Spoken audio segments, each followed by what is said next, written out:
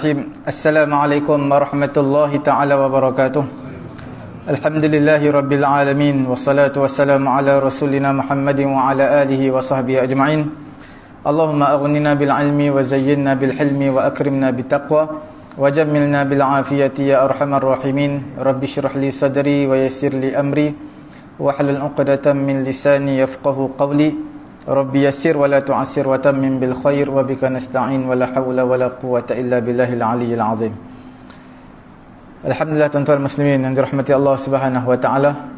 Kita masuk dalam bab baru mengenai dengan syarat sah salat. Dia dalam bab ibadat ini ada beberapa perkara yang kita perlu tahulah. Di antaranya ada syarat sah dan juga syarat wajib. Syarat sah dan juga syarat wajib. Kemudian syarat itu berbeza dengan rukun. Apa beza syarat sah dengan syarat wajib? Syarat sah, contoh syarat sah puasa. Bila syarat sah puasa adalah Islam. Kalau orang kafir tak sah berpuasa. Syarat dia kena Islam. Syarat wajib berpuasa. Syarat wajib berpuasa iaitu baligh. Orang baligh dia wajib. Kalau kanak-kanak tidak wajib, yang belum baligh dia belum mukallaf. Tapi kalau dia puasa sah. Dan juga orang yang mampu berpuasa wajib berpuasa. Sah ada seperti mana Islam. Syarat nak berpuasa adalah mesti dia Islam. Kalau kafir tak sah. Syarat sah berpuasa adalah suci daripada haid dan juga nifas. Kalau dia haid ataupun nifas, puasa tak sah, haram dan berdosa. Syarat sah puasa iaitu hendaklah fikirannya waras. Kalau gila dan juga tidak sedar, sama ada dia ditidurkan ataupun dia koma, dia pengsan, maka tak sah puasa dia. Begitu juga dengan syarat sah solat. Ada syarat wajib solat. Bila sebut tentang syarat sah solat, kita akan bincang sebentar lagi. Cuma beza antara syarat dengan rukun. Syarat ni sebelum daripada rukun. Kalau sebut tentang rukun adalah perkara ibadat itu sendiri. Rukun solat adalah rukuk, i'tidal, sujud, itu rukun. Makna sembahyang itu sendiri. Sembahyang itu sendiri dipanggil sebagai rukun solat. Syarat sebelum start sembahyang. Sebelum start bermula sembahyang kena berwuduk. Syarat untuk solat adalah sah solat kena berwuduk dulu. Maknanya syarat ini adalah sebelum daripada rukun. Kalau syarat wuduk, kita tidak ada syarat wuduk. Sebab wuduk ada rukun je. Rukun dalam wuduk itu ada, tapi tidak ada syarat sebelum wuduk. Kalau sembahyang dia ada syarat dia. Ada beberapa syarat, dan wuduk termasuklah syarat untuk sembahyang. Kalau tak ada wuduk, maka tak boleh dia melaksanakan ibadat solat. Dalam bab rukun dalam sembahyang ini dia ada tiga elemen yang penting lah. Yang pertama rukun qalbi, iaitu hati, iaitu niat. Satu je, niat sembahyang. Dalam mazhab Syafi'i, ketika takbiratul ihram, takbir yang pertama bermula daripada Allah, berakhir dengan bar, akbar. Dan juga yang kedua adalah rukun qauli, iaitu takbiratul ihram. Takbiratul ihram, takbir yang pertama solat. Mengangkat tangan ketika takbiratul ihram itu sunat. Melafazkan Allahu akbar itu adalah wajib. Takbir yang pertama. Selain daripada takbir pertama dipanggil sebagai takbir al-intiqalat. Takbir perpindahan rukun, itu sunat. Rukun qauli yang pertama takbiratul ihram. Rukun qauli yang kedua adalah bacaan Fatihah. Rukun qauli yang ketiga adalah tasyahud akhir. Bacaan tasyahud adalah bermula daripada at-tahiyyatul mubarakatus salawatut thayyibatu lillah. Sampailah berakhirnya sampai mana? Wa asyhadu anna Muhammadar Rasulullah. Tasyahud ni bermaksud penyaksian. Asyhadu an la ilaha illallah wa asyhadu anna Muhammadar Rasulullah. Sampai situ. Rukun qauli yang keempat adalah selawat kepada Nabi, iaitu Allahumma salli ala Muhammad ataupun Allahumma salli ala Sayyidina Muhammad pada tahiyat akhir. Itu adalah dipanggil sebagai rukun qauli. Pada tahiyat awal adalah sunat. Sunat ab'ad. Rukun qauli yang kelima adalah memberi salam yang pertama paling kurang Assalamualaikum, dan yang sempurna Assalamualaikum warahmatullah.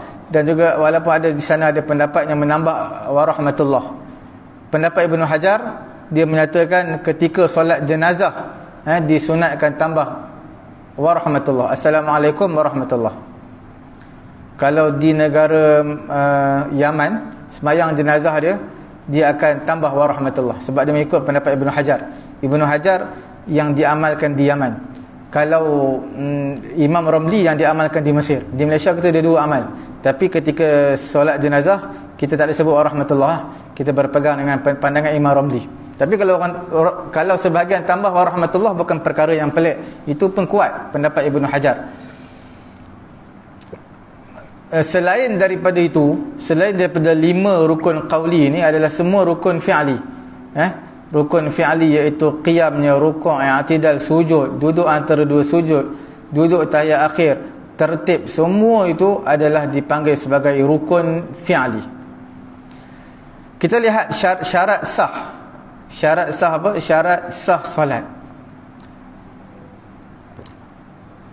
Dalam menerangkan mengenai dengan syarat sah solat ini, dia semua ada 8. Ada 8 syarat sah solat. Syarat yang pertamanya adalah suci daripada hadas kecil dan juga hadas besar. Kalau orang yang sembahyang dia suci, dia ada wudu dan dia tidak berhadas kecil, tak berhadas besar lah. Sama ada dia tidak berhadas tersebut bersuci sama ada dengan air ataupun dengan tanah. Kalau air dia ambil wudu, dia mandi wajib. Mandi wajib hadas besar, mandi kecil berwudu. Kadang-kadang tak dengan air, dengan tanah. Tanah mandi wajib dengan tanah. Mandi wajib berwudu dengan tanah. Dengan debu lah, debu tanah. Itu dipanggil sebagai tayamum. Tapi bukan kita mandi wajib tu lumurkan tanah ke badan, tak. Sama aja. Caranya sama tayamum adalah rukunnya 2 je. 3 lah niat. Niat, kemudian sapu muka dan juga sapu daripada tangan, hujung jari sampai siku. Itu saja. Sebagai mazhab, pergelangan tangan je, dia tak perlu daripada sampai ke siku untuk tayamum. Mazhab Syafi'i kita menggunakan hukum qiyas. Qiyas apa? Wuduk kan daripada jari sampai ke siku. Tayamum pun samalah, daripada hujung jari sampai ke siku. Asal ataupun sumber utama kewajipan ataupun syarat sah solat ini sebelum daripada ijma' ulama' adalah dalil daripada Quran, iaitu Allah Ta'ala menyatakan, ya ayyuhalladzina amanu idza qumtum ila shalah, wahai orang beriman, apabila kamu nak menunaikan solat, faghsilu wujuhakum wa aydiyakum ilal marafiq, hendaklah kamu basuh muka, basuh tangan sampai ke siku, wamsahu bi ru'usikum wa arjulakum ilal ka'bain, iaitu sapu kepala dan juga basuh kaki sampai ke buku lali. Wa in kuntum junuban fatahharu, sekiranya kamu berjunub maka hendaklah kamu bersuci, iaitu mandi wajib. Ini adalah syarat. Syarat pertama, suci daripada hadas kecil dan juga hadas besar. Yang kita bagi tahu tadilah, syarat solat, syarat sah solat adalah dia tak termasuk dalam solat, dia sebelum solat. Daripada hadis Nabi, dalil dia, la yaqbalullahu salata bighairi tahur, tidak, Allah Ta'ala tidak terima solat tanpa berwudu. Ijma' selepas daripada itulah, selepas dalil Quran dan juga hadis, ijma' pula sebulat suara di kalangan ulama' menegaskan, iaitu menguatkan lagi hukum ni. Kalau seseorang itu sembahyang dalam keadaan dia pun tak tahu dia berwudu, mana dia sembahyang dia berhadas, dia tak ingat wudu dia batal. Bukan dia tak ingat, dia sengaja. Dia sengaja dan dia tahu, maka hukumnya berdosa dan juga sembahyangnya tak sah. Dia tahu dia tak ada wudu, air pun ada, cuma dia tak nak ambil wudu, dia sembahyang terus. Sengaja, sembahyang dia batal dan juga hukumnya berdosa. Sebab apa? Sebab dia bermain-main dengan solat. Sekiranya dia niat untuk mempersendakan solat, sedangkan solat ini adalah syiar agama, maka hukumnya boleh jadi kafir, boleh jadi kufur ataupun kafir dengan sebab niat dia sembahyang tak nak ambil wuduk untuk mempersendakan, untuk mempermainkan solat, dia boleh jatuh kafir. Kalau niat dia adalah untuk mempermainkan solat. Sebab sembahyang adalah syiar. Syiar tak boleh main-main. Kalau dia terlupa, maksud terlupa, dia ingat ke dah ambil wuduk tadi, dengar kuliah maghrib sejam, lepas tu dia tak teringat yang dia dah kentut dah ketika kuliah maghrib tadi. Dah habis semayang baru teringat. Dia kena semayang sekali lagi. Semayang tadi dikira sah ke tak sah? Tak sah. Diberi pahala ataupun tidak? Sembahyang yang dibuat tadi sebab dia ingat ke dia ada wuduk. Lepas sembahyang isyak baru teringat kuliah tadi dia ada kentut. Dia kentut ketika kuliah, baru teringat. Tadi ingat ke ada wuduk. Sembahyangnya tak sah, kena sembahyang sekali lagi. Perbuatan solat dia tadi berdosa ataupun tidak? Tidak berdosa lah. Sebab dia tak sengaja, dia ingat ke dia ada wuduk. Tapi sembahyang kena buat sekali lagi. Diberi pahala ataupun tidak? Diberi pahala di atas niat dia. Niat dia yang baik. Sebab niat dia nak sembahyang fardu isyak berjemaah. Ingat ke ada wuduk. Diberilah pahala perbuatan dia. Perbuatan kita panggil perbuatan baik dia. Perbuatan baik dia diberi pahala. Tapi rukuk, sujud semua tak diberi pahala lah. Sebab apa? Sebab sembahyang tak sah. Zikir dia dalam solat tu diberi pahala juga walaupun sembahyang tak sah. Subhana rabbiyal azim, subhana rabbiyal a'la, bacaan Quran, Fatihah, bacaan surah, semua diberi pahala. Sebab tak disyaratkan baca Quran, baca surah tu kena berwuduk. Cuma sembahyang je tak sah. Itu kalau dia tak wuduk lah. Kalau dia berjunub maka tak diberi pahala. Sebab baca Quran tak dibenarkan ketika mana seseorang berjunub. Jadi kesimpulannya, diberilah pahala di atas niat dia yang baik, perbuatan dia yang baik. Tetapi dari segi tanggungan tak terlepas lagi. Sebab sembahyang dia tak sah tanpa wuduk. Sama juga seseorang yang sembahyang, dia tak tahu jenazah tu murtad. Jenazah tu murtad. Dia lepas dia dah mandi kafan semua, sembahyang jenazah. Kemudian baru diberitahu jenazah ni adalah murtad, dia bukan Islam. Sembahyang kita tadi sah ataupun tidak? Sembahyang tadi tak sah lah sebab sembahyang kepada orang murtad. Tapi pahala tetap diberikan. Cuma tak diberikan pahala sembahyang mayat. Sebab sembahyang mayat tu tak sah. Diberikanlah pahala zikir, Allahu Akbar, takbir 4 kali. Kemudian niat yang baik, itu semua diberi pahala. Kemudian sekiranya seseorang itu teringat, dia telah solat, dah selesai solat dah pun, tapi dia solat tadi dalam keadaan dia tidak berwuduk sebab dia terkentut tadi. Sekiranya teringat dalam waktu, wajib dia sembahyang dalam waktu tu. Contohnya dengar kuliah dia terkentut, balik rumah pukul 11 sebelum nak tidur tu baru teringat, tadi tengah kuliah dia terkentut, aku tak ambil wuduk. Dia kena sembahyang sebab waktu isyak masih ada. Sekiranya dia teringat selepas dah keluar waktu esok subuh baru teringat, maka pada ketika tu dia kena qada sembahyang dia lah. Sembahyang tetap kena buat. Kalau ada waktu boleh sembahyang lagi tunai. Kalau tak ada waktu kena buat juga, tapi qada lah. Qada ni tak perlu niat pun tak apa. Saja aku sembahyang fardu isyak 4 rakaat cukup. Tak perlu qada, saja aku qada sembahyang fardu isyak. Qada tu sunat je. Macam kita sembahyang, saja aku sembahyang fardu isyak tunai. Tunai itu sunat, tak perlu sebut pun tak apa. Kalau seseorang itu sembahyang dalam keadaan ada wuduk lah, kemudian dia berhadas, wa huwa fi solah, dalam keadaan dia dalam solat, maka batal sembahyang dia. Dia terkentut walaupun tak sengaja, batal. Terkeluar kencing setitik, batal. Sebab perkara-perkara yang batal wuduk walaupun terkentut, batal.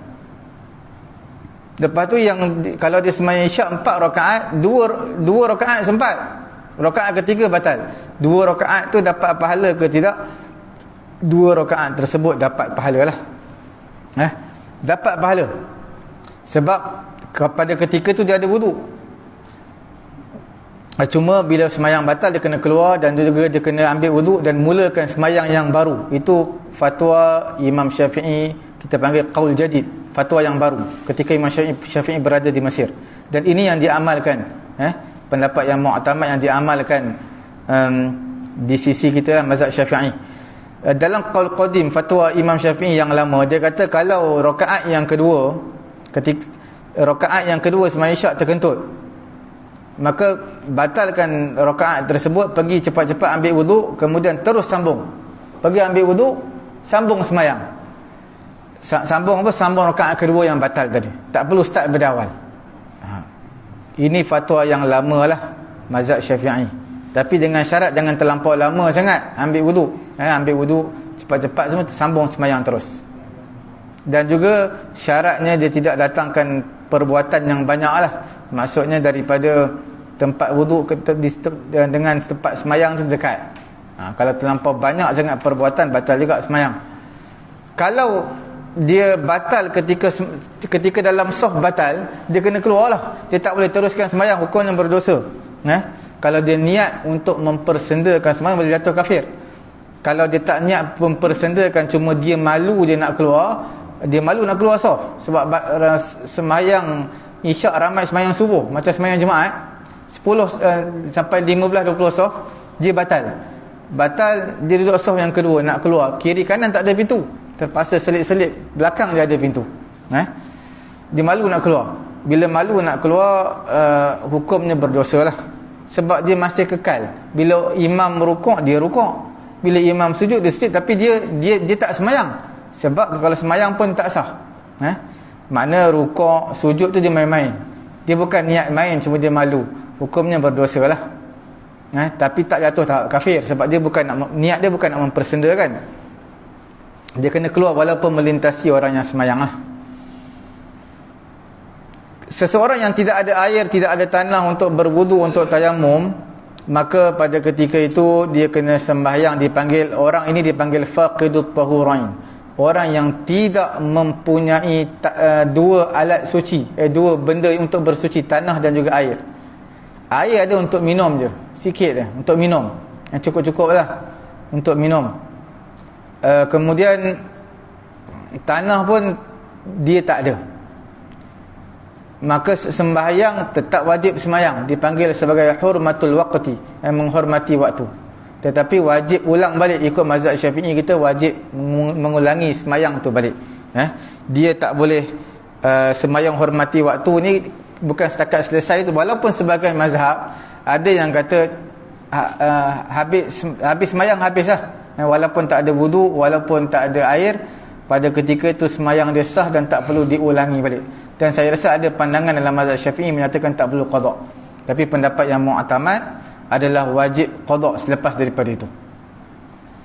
Makna hormati waktu, sembahyang hormati waktu ini, supaya dia tidak terkeluar waktu tanpa dia melaksanakan solat. Antara zuhur sampai asar, dia tak ada air, dia tak ada tanah.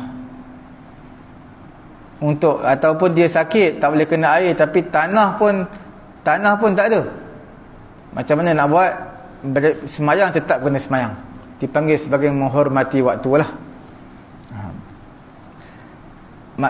Macam sesak kita selalunya jalan tu tak jam. Salah satu kali jalan tu jam. Bila jam sampai terkeluar waktu maghrib, maghrib kan pendek selalunya, sempat sampai rumah ni. Tapi hari tu jam teruk sangat. Bila jam teruk ni tak sempat nak semayang, maka semayang dalam kereta lah. Semayang hormati waktu dalam kereta. Tapi semayang dalam ketika jam, hormati waktu. Tapi kena semayang balik lepas tu. Tapi ini bukanlah setiap hari dia buat.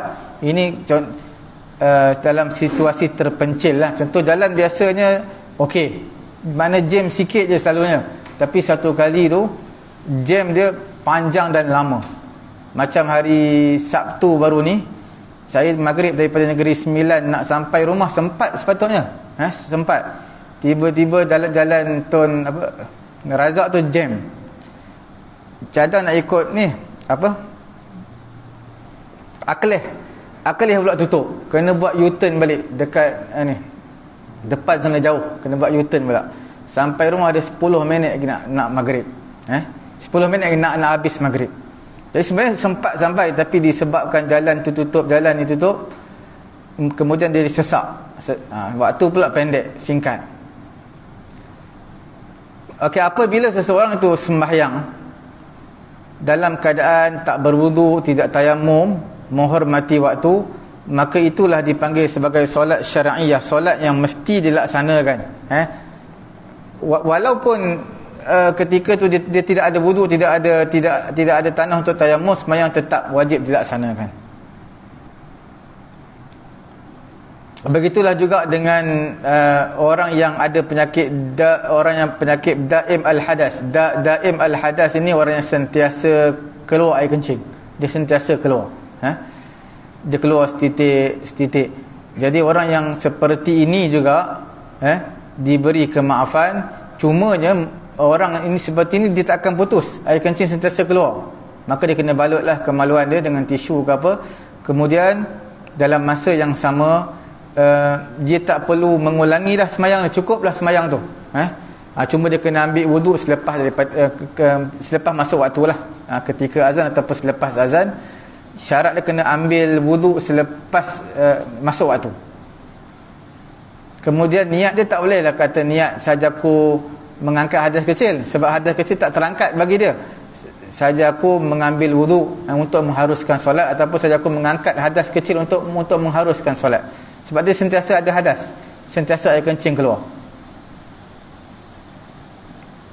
Okey. Walaupun selepas daripada itu penyakit dia sembuh, okey, tak keluar kencing dah, tetap tak perlu qada dah. Tak perlu qada lagi, tak perlu mengulangi semayang yang dia semayang dalam keadaan berhadas tadi. Dia kira semayang dia sah. Itu perkara yang pertama lah. Perkara yang pertama apa dia? Iaitu suci daripada hadas kecil dan juga hadas besar. Makna dia bukan orang yang berjunub, dia dalam keadaan berwuduk, maka hukumnya sah. Yang kedua, syarat untuk sah solat adalah suci daripada najis. Najis yang tak dimaafkan. Sebab ada najis yang dimaafkan. Najis yang dimaafkan tak apa, najis yang tidak dimaafkan tidak dibenarkan dalam solat. Suci daripada najis pada pakaian dan juga pada badan. Badan dia tak ada najis, pakaian dia juga tidak ada najis. Sama ada pakaian yang dipakai ataupun pakaian yang ditanggung oleh dia, seperti dia letak selendang ke, kain serban ke atas bahu dia, apa-apa yang dia tanggung lah. Sehingga mikrofon pun sama juga. Kalau ada najis, ini pun kita tanggung juga, sebab kita letak atas. Tak kira kita letak atas baju ataupun letak di mulut, dikira kita tanggung dia, sebab kita bawa dia, kita tanggung dia. Okey. Dan juga badan ni termasuklah kulit dia ke, bulu dia, termasuk yang dalam hidung, dalam mulut dan juga mata. Tak boleh ada najis. Walaupun kita kata dalam hidung, dalam mulut dan juga mata bukanlah perkara yang wajib dibasuh ketika mandi wajib. Ketika seseorang tu mandi wajib, dia tak perlu pun cuci sampai ke dalam mata. Mata yang bahagian luar ni wajiblah basuh, bahagian keliling mata tu, keliling mata. Tapi tak sampai masukkan air ke dalam mata. Mulut pun sama. Bibir yang luar ni mandi wajiblah basuh bibir luar. Tapi tak perlu masukkan air dalam mulut, sunat je. Kumur-kumur tu semua tu sunat untuk mandi wajib. Begitu juga dengan hidung. Hidung ni bahagian luar je, bahagian lubang hidung luar ni je yang wajib basuh, tak perlu masukkan air dalam hidung untuk mandi wajib. Tapi sembahyang dia berbeza. Hendaklah suci daripada najis pada badan kita. Dalam lubang hidung pun termasuk, kena suci. Dalam mata pun sama, kemudian mulut pun sama. Kalau bernajis maka tak sah. Maksud najis di sini bukanlah tahi mata, bukanlah tahi gigi, sebab tahi gigi, tahi mata bukan najis. Dia benda yang cemar. Hingus tu bukan najis. Dia benda yang cemar. Najis ni makna darah, apa-apa najis yang kita ada bincangkan sebelum ni. Okey. contohnya hidung dia berdarah, kemudian darah tu masih ada di hidung, belum basuh dengan air bersih lagi, air mutlak, masih ada dalam hidung. Ini cerita sebelum semayang lah. Dia lap-lap dengan tisu terus semayang, tak basuh lah hidung, walaupun dia kata dalam hidung je tak apa, dekat luar semua dah bersih lah, tetap kena basuh dalam hidung. Basuh maksudnya alirkan air lah, masukkan air sikit dalam. Sebab darah ini dia najis, dia mesti suci dengan air, dia tak boleh suci dengan lap-lap je. Jadi kalau dia semayang, hidung dia berdarah, dia lap-lap terus semayang, ambil wuduk terus semayang, maka hukumnya tak sah. Sebab dia mesti kena syaratnya suci daripada najis. Walaupun darah ni darah yang sedikit dimaafkan, bila darah hidung selalunya banyak. Bukan sekadar suci najis pada badan, pada pakaian, termasuklah tempat juga perlu suci. Tempat nak semayang tu perlu suci. Makna badan apa yang akan bertemu dengan anggota kita. Kalau kita sujud, makna dahi kita, tempat letak kaki kita, lutut kita, tempat letak tangan kita, semua tu bukan, tidak bernajis di sejadah ataupun di lantai yang kita nak semayang. Kalau dia setentang najis pada dada kita, ataupun dia tak menanggung najis pada pakaian, dalam solat dia najis yang dia tidak tanggung, itu tidak mengapa. Contohnya najis dia ada pada dekat sejadah depan dia sujud, contohnya depan dia ada tahi lah, tak kira tahi cicak ke tahi apa ke, di hadapan dia, tapi dia tak sujud kat atas cicak tu, dia setentang dengan dada dia bila dia sujud, itu tak apa. Sebab tidak sentuh pada diri orang yang sembahyang. Dalil mengenai dengan suci pakaian, tempat dan juga badan ini, Allah Subhanahu Wa Taala menyatakan wasiyabaka fatahhir, sucikanlah pakaian kamu, warrujza fahjur. Perkataan Aisyah radhiyallahu ta'ala, perkataan Nabi alaihi salatu wasalam kepada Aisyah radhiyallahu taala anha, Nabi kata idza aqbalatil haidatu fada'is salata, bila datang haid tinggalkan semayang, jangan semayang. Fa idza adbarat, bila haid dah tak ada, faghsili anka dam, basuh darah tersebut, dan wasalli, dan kamu semayang. Hadis mengenai suci, syarat sah solat ni suci pakaian, tempat dan juga badan daripada najis. Hadis dua orang yang diseksa dalam kubur. Nabi pernah lalu dua tanah perkuburan, wahuma yu'azzaban, dua-dua sedang diazab. Nabi dengar azab kubur.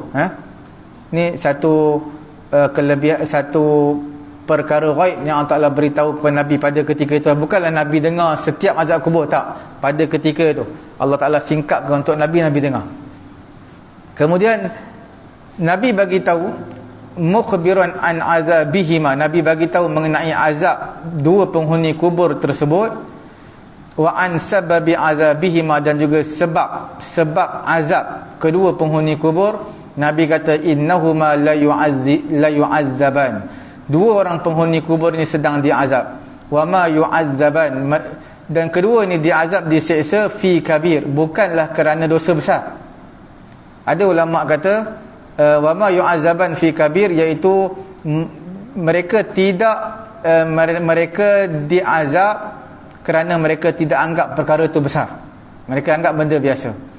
Nabi kata salah seorang daripada penghuni kubur ni la yastabri minal baul, istinja yang tidak betul. Ketika kencing dia tak basuh betul, dia tak keluarkan sampai habis kencing dia. Sampai ke semayang pun masih keluar kencing lagi. Dia tak istinja lah. Maksudnya dia, kalau bila kita kencing kita akan urut kemaluan kita sampai keluar air kencing tu semua. Dehem ke apa-apalah yang perlu kita buat sampai keluar habis. Kemudian wa ammal akhar, yang seorang lagi penghuni kubur ni, Nabi kata fakana yamshi bainan nas bin namimah, dia adalah seorang pengadu domba, hasud. Suka dua orang, suka melaga-lagakan manusia. Jadi dua ini ada golongan ni diazab, mereka diazab dalam, diseksa dalam kubur kerana dua dosa ni, iaitu mengadu domba dan juga istinja tidak betul ketika mana buang air kecil lah. Manusia tak boleh dengar azab kubur. Nabi ni Allah Ta'ala beri kelebihan pada ketika itu. Adapun binatang-binatang mereka dengar azab kubur. Binatang lembu, kerbau, apa-apa binatang mereka dengar azab kubur. Kalau manusia dengar azab kubur, boleh mati manusia. Ataupun tidak ada ketawa lagi, manusia sentiasa bersedih je. Sepanjang tahun sampai ke mati sedih sebab dapat dengar azab kubur. Jadi Allah Ta'ala tak beri manusia dengar azab kubur. Untuk haiwan je dengar. Dalam hadis yang lain, tanazzahu minal baul, bersucilah daripada air kencing, suci betul-betul, beristinja betul-betul, fa inna ammata azabil qabri minhu, kerana kebanyakan azab kubur adalah daripada istinja yang tidak betul.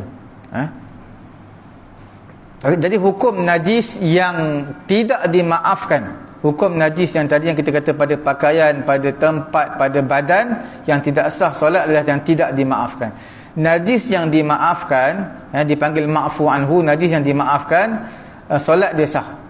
Najis yang dimaafkan macam darah yang sedikit, dan juga sebelum ni kita sebut beberapa kategori najis yang dimaafkan.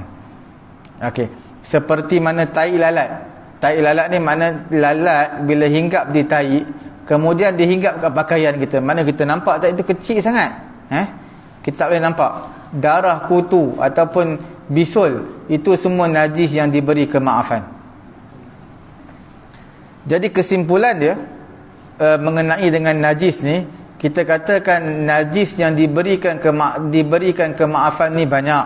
Kita bagikan kepada 4 je lah.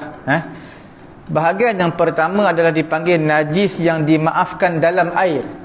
Dalam air dan juga yang bukan air, selain daripada air. Iaitu benda yang tak dapat dilihat oleh mata kasar manusia yang manusia biasa, normal, pandangan biasa. Pandangan manusia biasa tak guna mikroskop ke apa ke, dia tengok pandangan biasa. Yang tak dapat dilihat oleh pandangan biasa, mata manusia biasa, itu dimaafkan. Contoh macam tadi dah tai lalat, yang mana hinggap pada pakaian kita, hinggap pada air kita, dikira suci. Sebab kita tak nampak benda tu kecil sangat. Ataupun percikan air kencing, kita dah kencing duduk dah, cuma bila kencing dalam mangkuk kadang-kadang ada terpercik, tapi kita tak tahu, sebab dia halus sangat, itu tidak mengapa. Bahagian yang kedua, najis yang dimaafkan selain daripada air, iaitu dimaafkan pada pakaian dan juga pada badan. Pada pakaian, badan dimaafkan, tapi pada air tak dimaafkan. Apa dia? Seperti darah yang sedikit.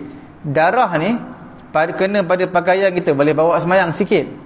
Darah pada badan kita, darah kering pada tubuh badan kita, sikit tak apa, boleh. Ataupun nyamuk hinggap, kita tepuk, mati nyamuk tu, kemudian darah ada lekat kat badan kita sikit, tak apa, sikit, walaupun bukan darah kita, darah orang lain, tak apa, sikit. Ataupun kesan istinja dengan batu, itu juga adalah dimaafkan. Sebab kita bagi tahu tadi, najis perlu dibasuh dengan air. Tapi bila kita istinja dengan tisu, tempat lubang keluar najis tu kita kencing, kita tekap dengan tisu sebanyak 3 kali, ataupun 5 kali, ataupun 7 kali. Yang sunatnya yang ganjil lah, yang kita tekap-tekap, bukan tempat yang sama, tekap tisu tempat yang berlainan. Kemudian kita buang tisu tu. Lepas daripada tu, kita pakai seluar semua. Kemaluan kita kena pada seluar tadi, kemaluan kita belum suci lagi, sebab kita tak basuh dengan air. Sebab syaratnya suci, najis adalah basuh dengan air. Bila kita lap dengan tisu je, kita panggil istinja dengan tisu, kemaluan kita masih najis. Bila kena pada pakaian, najis, tapi najis tersebut dimaafkan, tidak jadi masalah. Dia dimaafkan pada pakaian, pada badan, ataupun pada tempat, semua dimaafkan. Melainkan pada air, air tak dimaafkan. Kalau darah jatuh pada air, najis. Iaitu yang kita bincang dulunya sebelum ni. Kalau darah kena pada pakaian kita, tak boleh bawa semayang. Tapi darah kena pada kari, darah yang ada pada kari, ada pada air, kena pada pakaian kita, tak sah bawa sembahyang, kena basuh dulu. Kalau kena kari yang ada darah lah, maksudnya kita nampak darah tu. Kalau kita tak nampak, tak apa. Kalau kita makan ayam masih menitik darah lagi, kemudian dekat dalam kari tu, maka kari tu najis, kena pada pakaian, kita basuh lah. Kalau kena pada baju, kita basuh tadah dengan air pahit, basuh hujung je. Ini kita dah bincangkan dulu sebelum ni. Kategori yang pertama apa tadi, iaitu najis yang dimaafkan pada air dan juga selain daripada air, iaitu tak nampak oleh mata kasar kita. Yang kedua, najis yang dimaafkan pada selain air, mana bukan air, seperti mana darah tadi.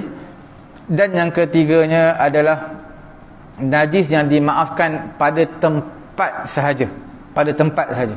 Pada badan tak dimaafkan, pada pakaian tak dimaafkan, pada air pun tak dimaafkan, hanya dimaafkan pada tempat saja.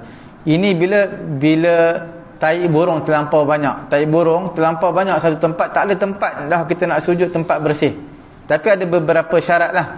Syarat yang pertamanya adalah kita susah nak jaga, sebab terlampau banyak tai burung. Kalau kita pindah ke tempat lain susah. Memang semua ada tai burung. Kita tak boleh pindah ke tempat lain. Itu dipanggil sebagai apa? Umum membalwa.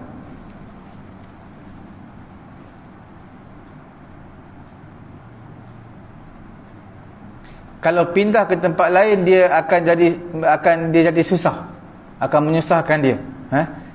Kita paksa solat di situ, itu tidak mengapa. Itu syarat pertama. Yang kedua tadi, tai burung pada satu tempat dimaafkan, walaupun kita sembahyang di atas tai burung tu, iaitu contohnya seseorang yang ketika melaksanakan tawaf, kadang-kadang ada tai burung, kita tak perasan. Kalau kita perasan pun, kemungkinan kalau tai burung tu banyak, dan juga tak sengaja, maka itu dimaafkan. Tapi kalau kita terpijak tai burung ada satu je pun, memang tempat bersih, jadi pada ketika itu kita kena keluarlah daripada tawaf, basuh kaki kita, sebab tempat tu bersih. Cuma kita tak berhati-hati ketika tawaf. Sebab tawaf memanglah kita baca buku pusingan pertama, kedua, baca Quran ke doa ke, tapi kena tengok bawah juga, tengok bawah juga. Perkara yang ketiga adalah tidak kering salah satu daripada dua, sama ada kita yang pijak ataupun tai tadi, sama ada salah satunya basah, sama ada tai burung tu basah ataupun kaki kita yang basah. Kalau dua-dua kering, tidak mengapa. Kalau dua-dua kering, tidak mengapa. Sama ada kaki kita basah ataupun tai burung tu basah, masih belum kering, ataupun dua-dua basah, najis. Kemudian yang keempatnya adalah yang dimaafkan, najis yang dimaafkan pada air dan seumpama air, iaitu pada cecair, sama ada kari ke susu ke, yang cecair ataupun air, tetapi tidak dimaafkan pada pakaian dan juga badan. Kena pada pakaian, kena pada badan, tak dimaafkan. Seperti bangkai haiwan yang tidak mengalir darah dia bila dia mati. Bila kita cincang dia, bila kita potong-potong dia, tidak mengalir darah dia. Cicak, lipas, tebuan, lebah, semua itulah jenis yang tidak mengalir darah dia. Jadi bila binatang-binatang seperti ini jatuh dalam air, dia tak menajiskan air. Kita dah bincang juga sebelum ni, cicak ke jatuh dalam air, dalam bab air yang kita bincang sebelum ni, jatuh dalam air, jatuh dalam susu, jatuh dalam kari, cicak. Kalau kita lalu makan lah. Kalau kita tak lalu makan, kita buang. Kalau kita lalu, dari segi hukum fiqahnya boleh, dengan syarat tidak memberi kemudaratan kepada kita lah. Dari segi hukum fiqahnya boleh, dengan syarat tidak berubah. Jangan sampai berubah warna, rasa dan bau. Dan kita ada sebut juga sebelum ni syarat-syarat dia, cicak ke, lipas ke, lebah ke, apa ke, dia jatuh sendiri. Bukan kita yang campak dia dalam kari tu, bukan kita campak dalam susu tu, bukan kita campak dalam air tu. Kalau dia dah mati, kita yang campak dia dalam tu, itu jadi bangkai, itu jadi najis. Kalau bawa dalam sembahyang batal. Sehingga semut sekalipun batal juga, sebab dia jenis bangkai. Setiap haiwan yang mati, dia kalau semut jatuh dalam air, jatuh dalam susu, jatuh dalam minyak, itu tidak menajiskan. Tak menajis dengan syarat tak berubah lah. Kat semut kalau 10 ekor pun jatuh dalam minyak ke susu, dia tak akan berubah pun, tak akan berubah warna, rasa, bau. Dari segi hukum fiqahnya boleh apa, bukan boleh makan semut tu, kita buang semut, susu ataupun minyak kita boleh gunalah. Tapi dalam semayang, kalau semut dalam pakaian kita, batal semayang sebab dia bangkai. Melainkan semut tersebut di tempat yang tersembunyi, dekat celah ketiak kita ke, celah pakaian kita tak tempat tersembunyi, maka itu tidak membatalkan solat. Tapi kalau tempat yang zahir, pada luar pakaian kita, pada badan kita, tengkok kita ke, ada poket kita ke, ada semut yang mati, maka batal sembahyang kita lah. Sebab dia dikira bangkai. Dia tak dimaafkan pada air, tidak dimaafkan pada pakaian dan juga tempat, dan juga badan. Kesimpulan dia apa? Sembahyang tidak sah, iaitu sekiranya badan kita, pakaian kita bersentuhan dengan najis ataupun menanggung najis pada sebahagian sembahyang kita. Maksudnya selepas kita masuk dalam sembahyang, selepas sedang kita solat, ada najis, tak kira kita menanggung ataupun tersentuh, batal sembahyang. Kalau sebelum daripada sembahyang, itu tidak jadi masalah apa-apa. Sebelum sembahyang, kalau dalam sembahyang, dia batal sembahyang kita. Walaupun kita kata sekiranya berlaku najis tersebut terkena pada pakaian kita, walaupun bukan dengan pergerak, dia tidak bergerak, tapi kita menanggung. Macam tadilah, kalau mikrofon dia ada pada wire ni kita tanggung, walaupun dia tak bergerak, mikrofon tali dia panjang, dia tak bergerak dengan pergerakan kita pun, tapi sebab kita menanggung mikrofon ni, kita pegang, kita letak atas muka, atas badan kita, maka dikira menanggung, maka hukumnya najis, tak sah sembahyang, walaupun dia tak bergerak dengan pergerakan kita.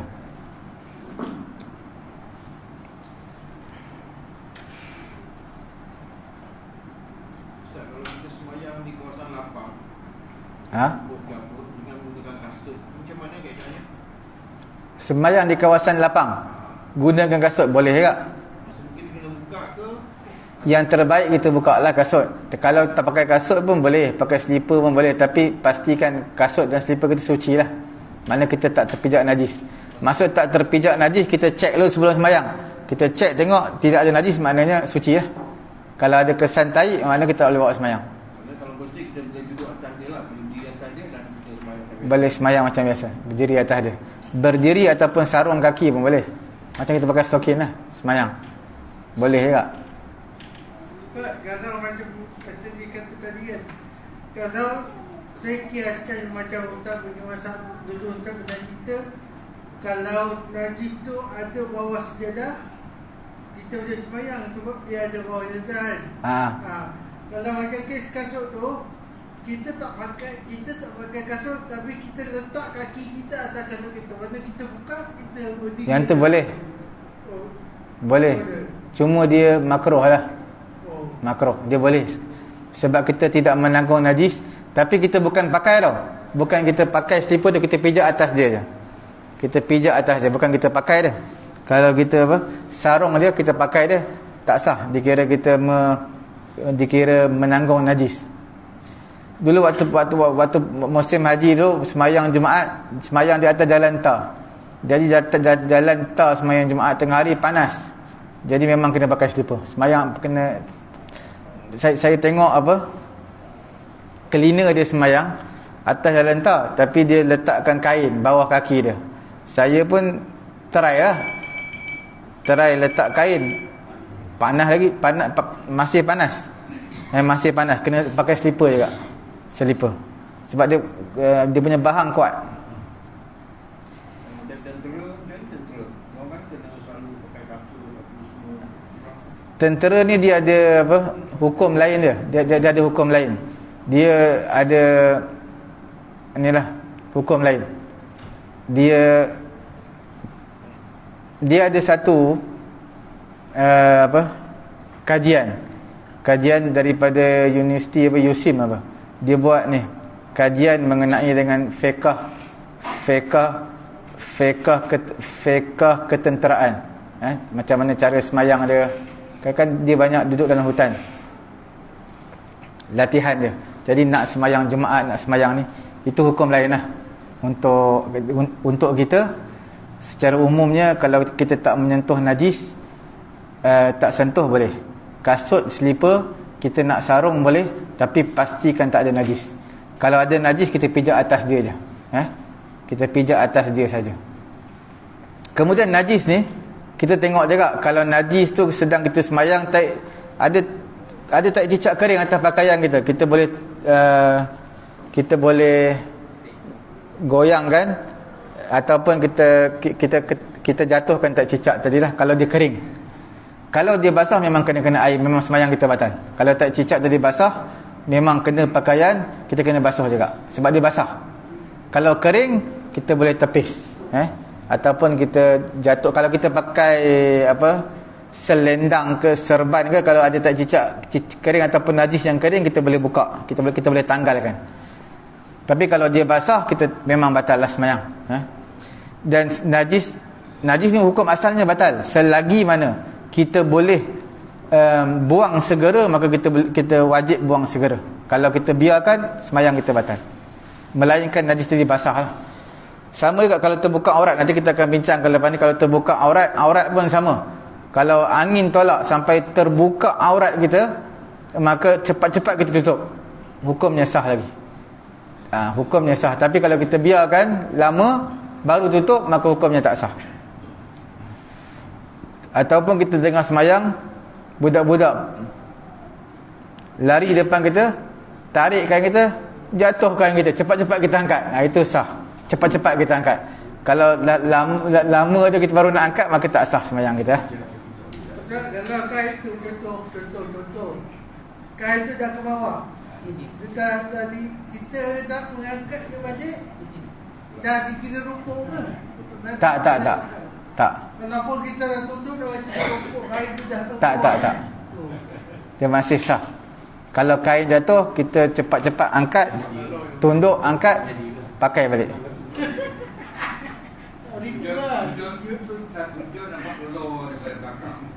Sujud dia, kalau nanti kita akan bincang syarat yang ketiga lah. Nanti kita akan bincang syarat ketiga. Syarat sah semayang ni kena menutup aurat. Menutup aurat walaupun pakaian ketat sah. Pakaian ketat sah walaupun nampak bentuk lah. Tak kira bentuk kaki ke, telur ke apa, semua sah. Cuma jangan nipis. Kalau nipis tak sah. Kalau kita semayang, selalunya orang yang semayang, kalau baju dia singkat, dia semayang baju singkat, bila dia sujud nampak lurah belakang ni, tak sah lah.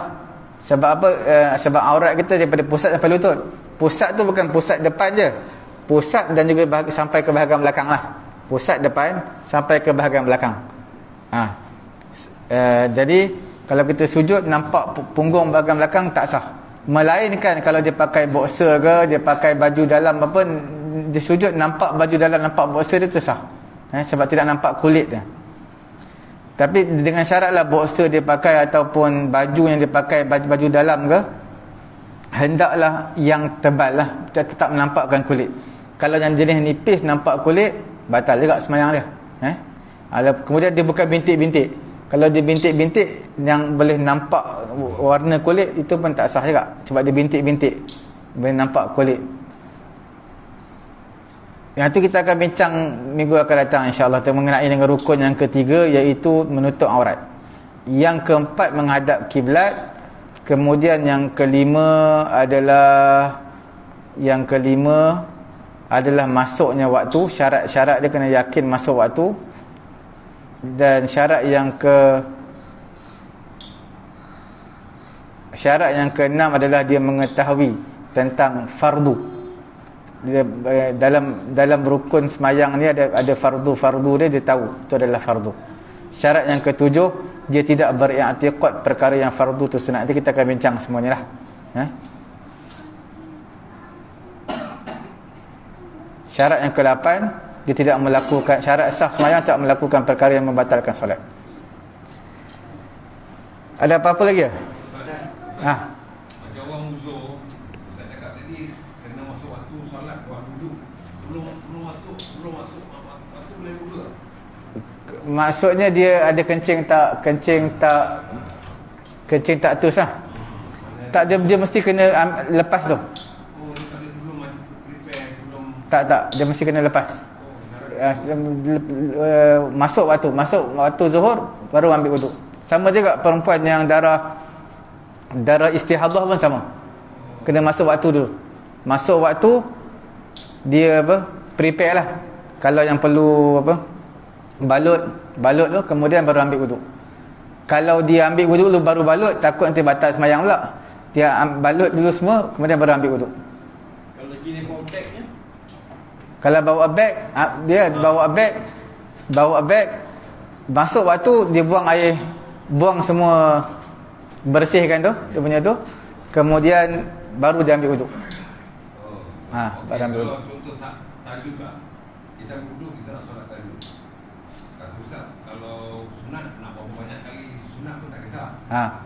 Wuduk untuk salah satu fardu. Betul. Okay, so dia dah ambil sebelum masuk waktu subuh. Tu nak kena ambil lagi balik. Kena ambil. Dia yang kata boleh buat sunat banyak mana pun, hanya fardu hanya boleh sekali je. Itu untuk semayang fardu lah sekali. Tapi semayang fardu tu, semayang sunat yang kita nak buat tu lepas semayang fardu.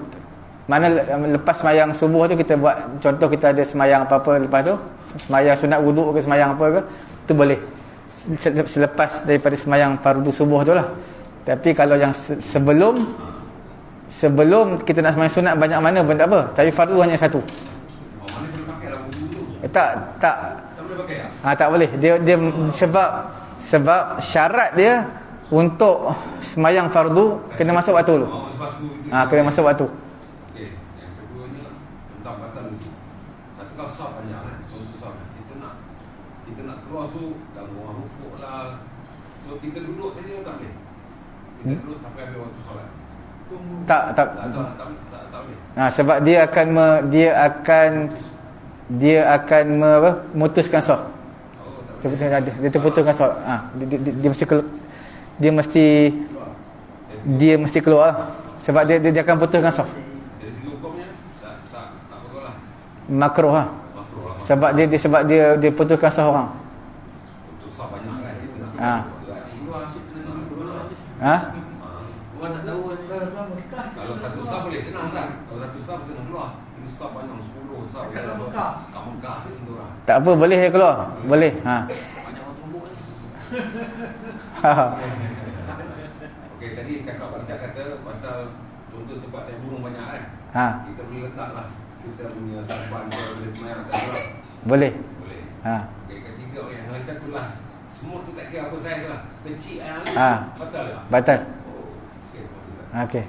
Kalau kita ambil wuduk, untuk semua hari. Apa dia? Kita ambil wuduk untuk Ambil Quran lah. Tapi pakaian kita ada najis. Adakah kita wuduk terbatal atau berusaha kita najis? Kita mengambil wuduk untuk baca Quran kan. Bila kita terpijaklah najis ke apa, wuduk kita masih sah.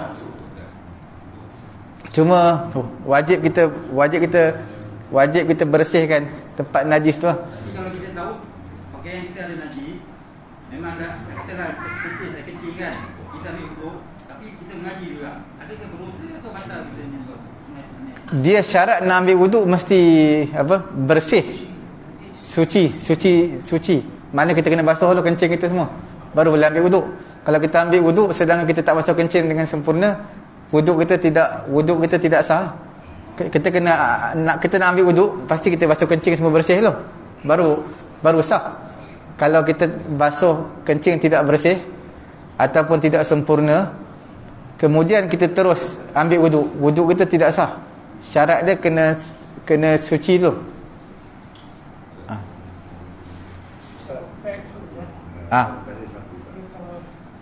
Saya sembahyang maghrib.